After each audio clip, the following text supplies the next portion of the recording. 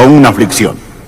Bien, casi empieza el día en que nacemos. Nacemos y entonces el doctor nos da una nalgada fuerte y de allí en adelante continúa sin parar. Nosotros tenemos cargas, tenemos problemas, pero deseo decirle hoy qué hacer con sus cargas. Si usted no tiene cargas, probablemente es porque no es una persona pensante. Bien, ya que la Biblia enseña el hombre nacido de mujer, corto de días y hastiado de sinsabores. Mas, gracias a Dios, no tenemos que llevar nuestras cargas solos. Sea salvo o no, vamos a tener las cargas. Por favor, leamos en el capítulo 6, versículo 1. Hermanos, si alguno fuere sorprendido en alguna falta, vosotros que sois espirituales, restauradle con espíritu de mansedumbre, considerándote a ti mismo, no sea que tú también seas tentado. Sobrellevad los unos las cargas de los otros, y cumplid así la ley de Cristo. Porque el que se cree ser algo, no siendo nada, a sí mismo se engaña. Así que cada uno someta a prueba su propia obra, y entonces tendrá motivo de gloriarse solo respecto de sí mismo y no en otro, porque cada uno llevará su propia carga.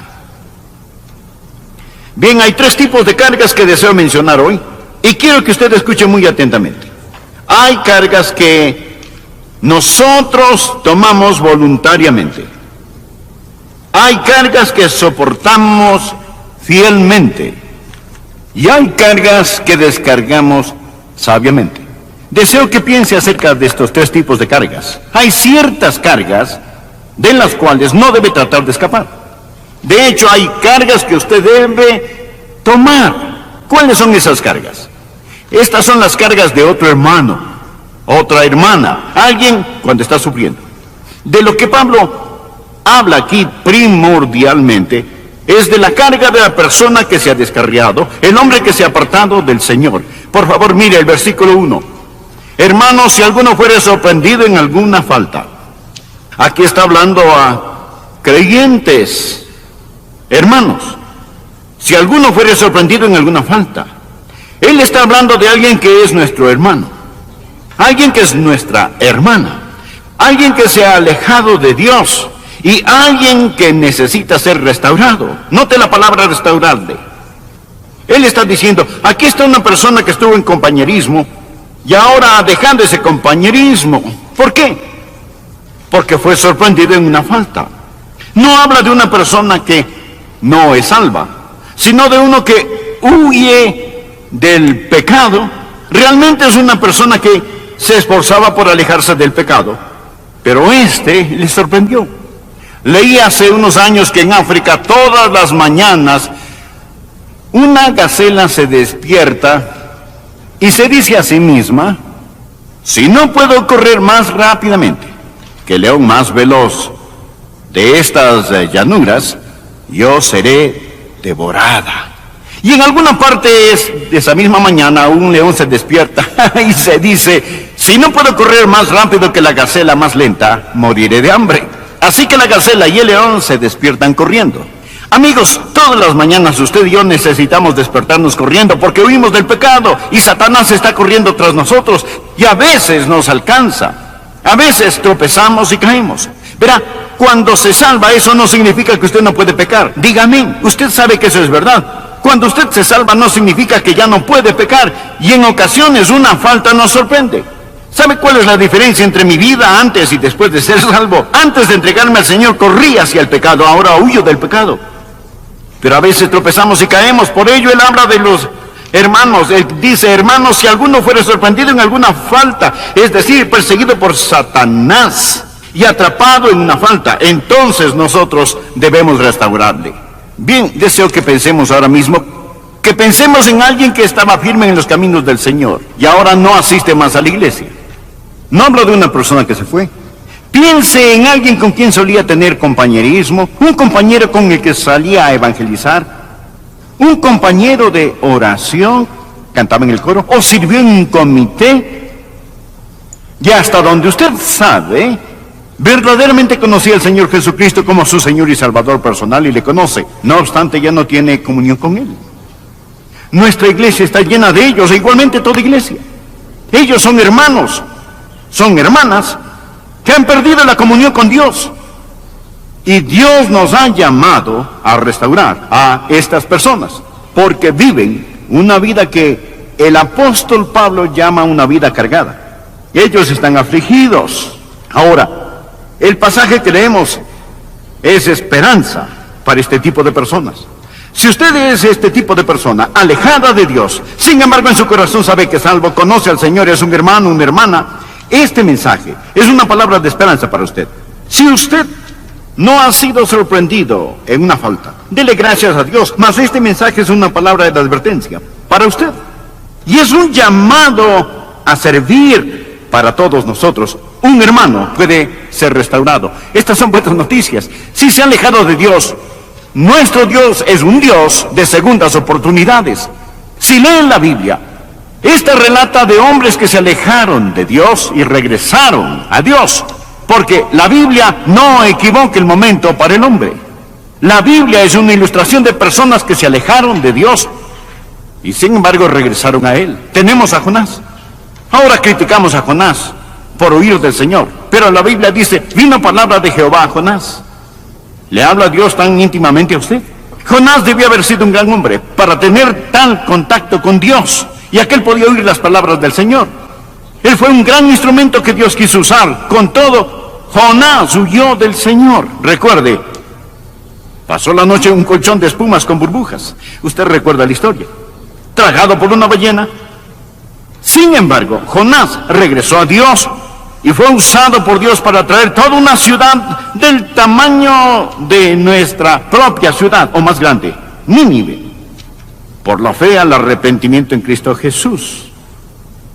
David, un varón conforme al corazón de Dios. ¡Qué hombre tan poderoso, maravilloso fue David! Tengo un hijo llamado David.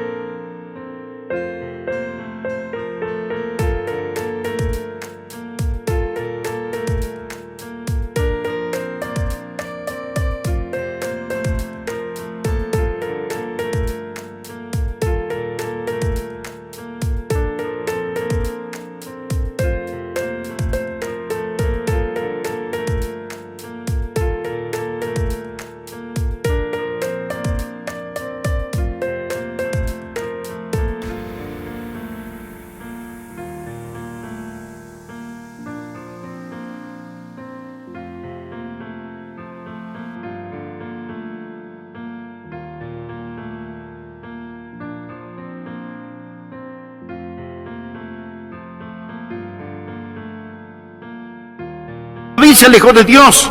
David cometió un pecado horrible. Usted dirá, él tan solo era humano. No, yo digo que era desesperadamente inicuo. Él fue sorprendido en una falta. Sin embargo, él oró y Dios le perdonó. Él oró, Señor, vuélveme el gozo de tu salvación. Y gracias a Dios, Él le dio una segunda oportunidad. Nuestro Dios es un Dios de segundas oportunidades. ¿Conoce a alguien que ha sido sorprendido en una falta? Bien, la Biblia dice que usted debe restaurarle. He hablado del ministerio de restauración. Déjeme decirle cómo restaurar. Si se dice, bueno, pastor, lo haré. Tengo a alguien ahora mismo en mi corazón y en mi mente, algún hombre, alguna mujer, algún joven. Bien, permítame decirle cómo usted debe hacerlo. Primero, debe hacerlo muy suavemente. Mire nuevamente el capítulo 6, versículo 1. Restauradle con espíritu de mansedumbre. ¿Lo ve usted? Amigo, cuando reasienta un hueso roto, ¿qué necesita? Suavidad. Un espíritu de mansedumbre, cuidado amoroso. Usted no puede restaurar a alguien si es áspero y dominante. Usted debe ser compasivo. De paso, para aquellos que son padres de familia, ¿sabe lo que he notado de padres cuyos hijos los aman más? Ellos son mansos. Todo hijo quiere un papá fuerte, un papá que ellos puedan admirar, pero desean a un papá que es manso. Manso. Usted puede restaurar a sus hijos con mansedumbre. En lugar de utilizar golpes, gritos y críticas con ellos, use algo de ternura con sus hijos. Aplíquela. Si usted tiene hijos descarriados, ellos necesitan ternura. Su vecino necesita ternura. Restaurarle con espíritu de mansedumbre. Hágalo suavemente. Le diré qué más hacer. Hágalo humildemente. Mire este pasaje. Restaurarle con espíritu de mansedumbre. Ahora escuche. Considerándote a ti mismo, no sea que tú también seas tentado. Usted dirá, yo no. Amigo, hay 3 personas en su asiento. La persona que usted es ahora, la persona que usted podría ser para la santidad y lo bueno en Dios, y la persona que podría ser para el libertinaje y la maldad. Si usted quita sus ojos de Jesucristo, usted dirá, bueno, eso no me pasará a mí. Bien, quiero hacerle una pregunta. ¿Le pasó a Jonás? ¿Es usted mejor que Jonás? ¿Le pasó a Elías? ¿Es usted mejor que Elías? ¿Pasó a Simón Pedro? ¿Es usted mejor que Simón Pedro? ¿Pasó a Juan Marcos? ¿Es usted mejor que Juan Marcos? No, la Biblia dice, así que el que piense estar firme, que haga qué, mire que no caiga. Así que cuando restauramos a otra persona, no solo debemos hacerlo suavemente o con mansedumbre, sino hacerlo humildemente, considerándote a ti mismo, no sea que tú también seas tentado. Una tercera forma para esta restauración es que necesitas hacerla compasivamente.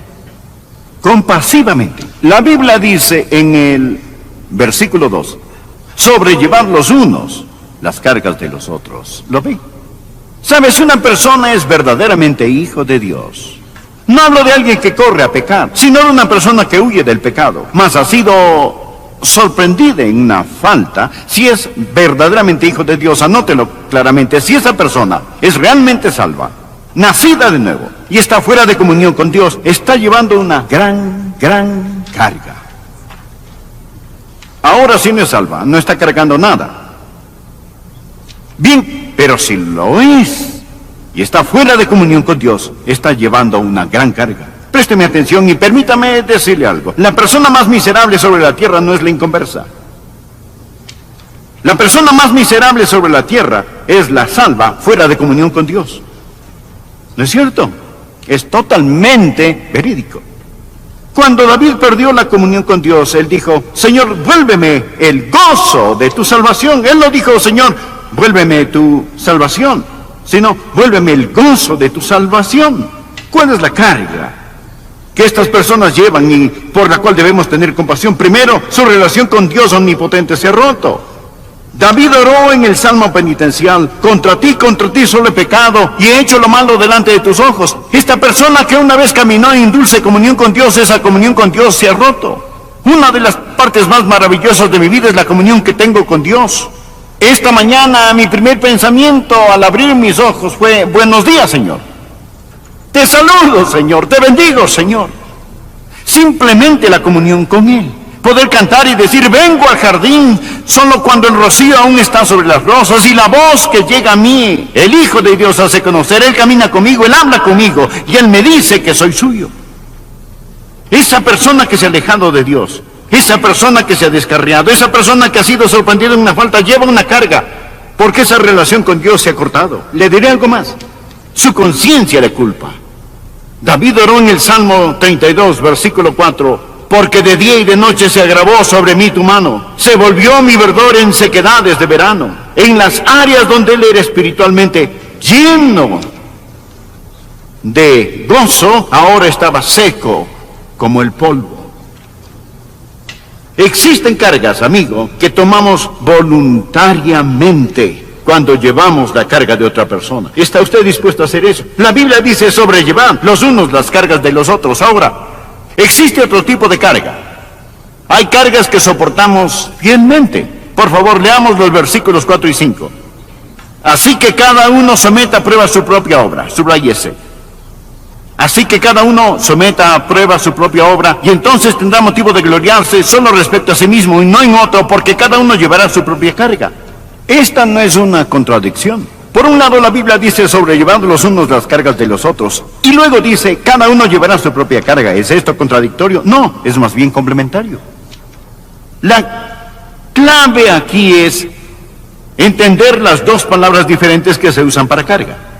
La primera palabra, carga, significa un bulto pesado, algo excesivo, algo que causa mucho peso, como estar fuera de la comunión con Dios. Es una carga muy pesada, es una carga abrumadora. Si alguien tiene una carga así, debemos ayudarle a sostener y a descargar esa carga. Es el tipo de cargas que tomamos voluntariamente cuando soportamos las cargas de otros. Mas la palabra para carga aquí es porción. Una palabra completamente diferente. Nos dan la idea de un cargamento de armas de un soldado.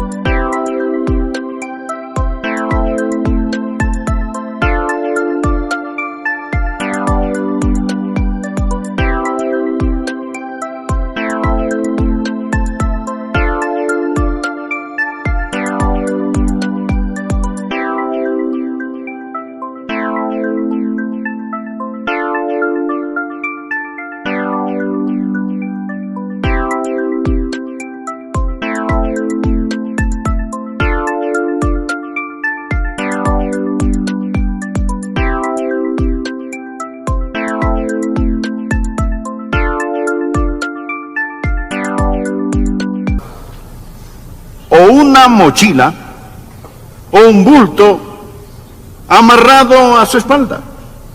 Algo que es necesario, que no es una carga vana, sino algo que es útil, que le hará útil, y algo que a lo mejor vaya a salvar su vida.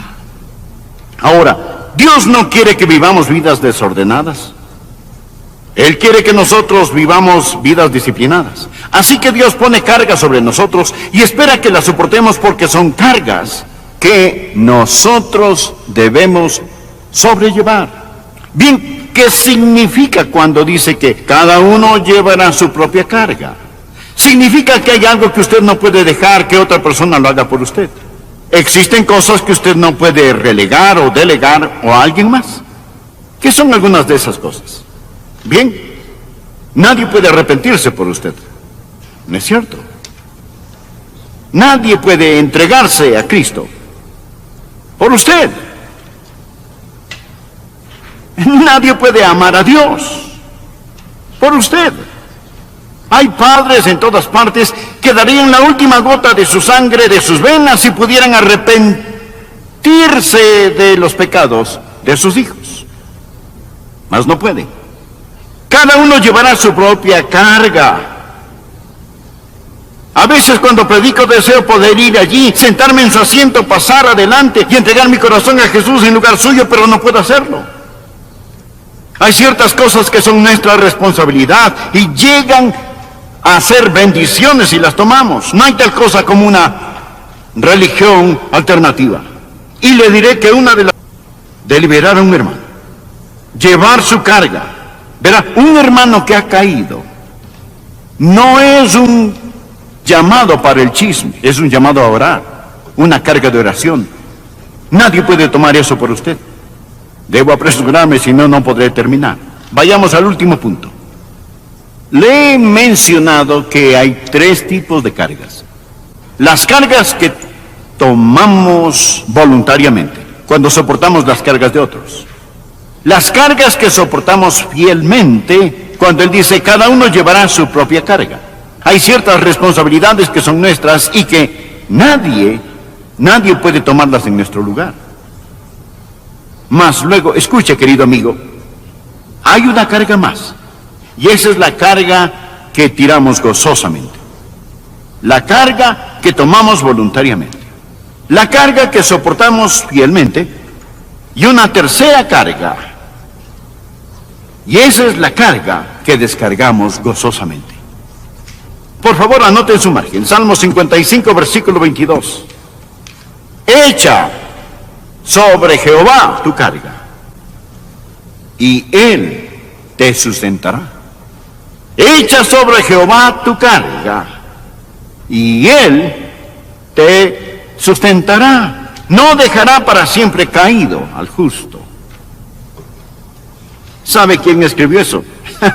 El rey David, a quien su carga le fue quitada cuando fue restaurado por Dios, mas él tenía otras cargas. Verá, él era un rey. Era rico. Cuando escribió esto, él era piadoso, escribía los salmos. Ya era de edad avanzada. ¿Qué aprendemos de esto? Que las cargas llegan a los ricos como a los pobres. Estas llegan a creyentes como a no creyentes. A viejos como a jóvenes. Adrián, ¿tiene usted cargas? Sí. Usted tiene cargas. ¿Qué hacemos con nuestras cargas? Bueno, si tenemos estos tipos de cargas, tenemos que descargarlas sobre el Señor. Echa sobre Jehová tu carga. Cantamos un corito. Debo decirle a Jesús. Debo decirle a Jesús, no puedo llevar estas cargas solo. Tiene un corazón quebrantado. Tiene un hijo que le ha herido. Su esposo le ha desamparado. Posee una enfermedad física que está desgastando su cuerpo. Existe un problema que lo ha dejado confundido. La Biblia dice que debe echar sus cargas sobre el Señor. Puede ser que Dios le ha dado esa carga para que se la traiga a él. Leí en algún lado de un hombre que tenía un bonito perro, y él tenía ese perro, quizá era un labrador, o uno de esos perros que les gusta estar en el agua. El perro estaba nadando en un lago, y el hombre quería irse a casa, y lo llamó.